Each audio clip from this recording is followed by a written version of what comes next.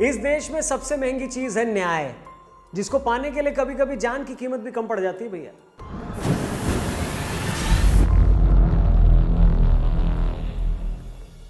नमस्कार, जय हिंद। मैं हूं रौनक और आप देख रहे हैं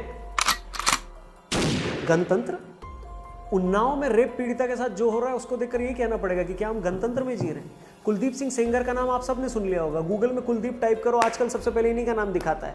लेकिन ये वही है जिनको अभी तक पार्टी ने निकाला नहीं है। शायद सरकार बनाने और गिराने के खेल में भाजपाई भूल गए होंगे कि उनके यहाँ कुलदीप सिंह सेंगर भी हैं। ये वही विधायक साहब हैं जिन पर रेप का आरोप लगाने वाली लड़की का जैसे ही एक्सीडेंट होता है पूरा देश समझ जाता है कि बात बहुत ज्यादा आगे बढ़ गई है। लेकिन इन्हीं के यानी सेंगर के समर्थकों का कहना है कि महज इत्तेफाक भी तो हो सकता है।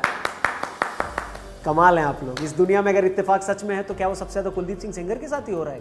इत्तेफाक से लड़की के रेप का आरोप उन पर लगा दिया जाता है। इत्तेफाक से उस लड़की के पिता को आर्म्स एक्ट में गिरफ्तार कर लिया जाता है। इत्तेफाक से जेल में उनकी मौत भी हो जाती है। इत्तेफाक से अचानक यूपी पुलिस उसके चाचा के ऊपर भी 5-5 केसेस ठोकर उन्हें जेल में डाल देती है। इत्तेफाक से लड़की के घर वालों को धमकियां मिलने लगती हैं। इत्तेफाक से ही कुछ दिन बाद उसका एक्सीडेंट भी हो जाता है, वो भी इत्तेफाकन रॉन्ग साइड से आ रहे एक ट्रक से। इत्तेफाक से उस ट्रक के नंबर प्लेट पर कालिक भी पुती होती है। और इत्तेफाक देखिए कि इसमें उनकी मौसी और चाची की मौत हो जाती है, जिसमें चाची गवाह भी थी इत्तेफाक से। और इत्तेफाक से पुलिस इसको हादसा बताने लग जाती है। ये तो इत्तेफाक नहीं, कायदे से ये इत्तेवद्दफाक है। मुझे लगता है कि इस देश में बेटी बचाओ और बेटी पढ़ाओ के साथ साथ एक योजना ये भी आनी चाहिए कि बेटी को इत्तेफाक से बचाओ। लेकिन इतने सारे इत्तेफाक कुछ सवाल भी छोड़कर जाते हैं। पहला, धमकी मिलने के बाद भी लड़की का केस किसी फास्ट ट्रैक कोर्ट में क्यों नहीं दिया गया? दूसरा, उत्तर प्रदेश में अपराध खत्म कर देने का संकल्प लेने वाले मुख्यमंत्री जी के नाक के नीचे सब कैसे हो रहा है?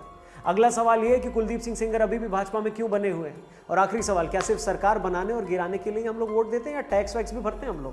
भरते क्या? Very good. लड़की को सरकारी सिक्योरिटी दी गई थी, लेकिन हादसे के टाइम उसके 3 बॉडीगार्ड उसके साथ नहीं थे। यानी कहानी यह भी बनकर आ रही है कि कार में जगह कम होने की वजह से लड़की और उसके परिवार वालों ने खुद सुरक्षा कर्मियों को आने से मना कर दिया। और वाह, सुरक्षा कर्मी कितने आज्ञाकारी निकले। ले ले ले ले ले ले वो ये भूल गए कि उनकी नौकरी लड़की को बचाने की थी, न कि उसको अकेले छोड़ने की। एक इत्तेफाक ये भी देखिए कि एक नेता के काफिले में गाड़ियां भर भर के गनर देने वाली सरकार के सुरक्षा कर्मी सिर्फ एक बार मना कर देने पर यह भूल गए कि उनका काम उनको बचाना था। कुछ कड़वे सवालों का जवाब सरकार को भी देना चाहिए। पहला, क्या कारण है कि बुलंदशहर में सरकार की नींद तब खुली जब वो कांड हो चुका था? दूसरा, उन्नाव में आखिर क्यों गवाहों और सबूतों पर इतनी ढिलाई बरती गई? तीसरा, सिस्टम में वो कौन लोग हैं जो जेल में बंद अपने मालिक की जी हुजूरी अब भी कर रहे हैं? और अगला और आखिरी और सबसे इंपॉर्टेंट सवाल, अब की बार 300 पार कहने वाले लोग, क्या अब उनके मुंह से अब की बार बलात्कारियों पर प्रहार नहीं निकल रहा है? क्यों नहीं निकल रहा है? सोचना तो भैया उनको भी पड़ेगा जो चुनाव के टाइम जेल में कुलदीप सिंह सेंगर से मिलने जाते हैं और बाहर निकलकर जनता को ही श्राप देने लगते हैं। वो ये भूल जाते हैं कि 5 साल में जनता को एक ही बार आशीर्वाद और श्राप देने का मौका मिलता है। अगर जनता का श्राप लगा तो आप पर बहुत भारी पड़ेगा। इस देश में लड़कियों की इज्जत कोई सरकार नहीं है जिसको गिराकर आप अपनी ही पीठ थपथपा लेंगे। और एक बात मैं उन फॉलोअर से भी पूछना चाहूंगा जो अपने पार्टी और नेता के खिलाफ एक लफ्ज नहीं सुन सकते। क्यों नहीं सुन सकते भाई?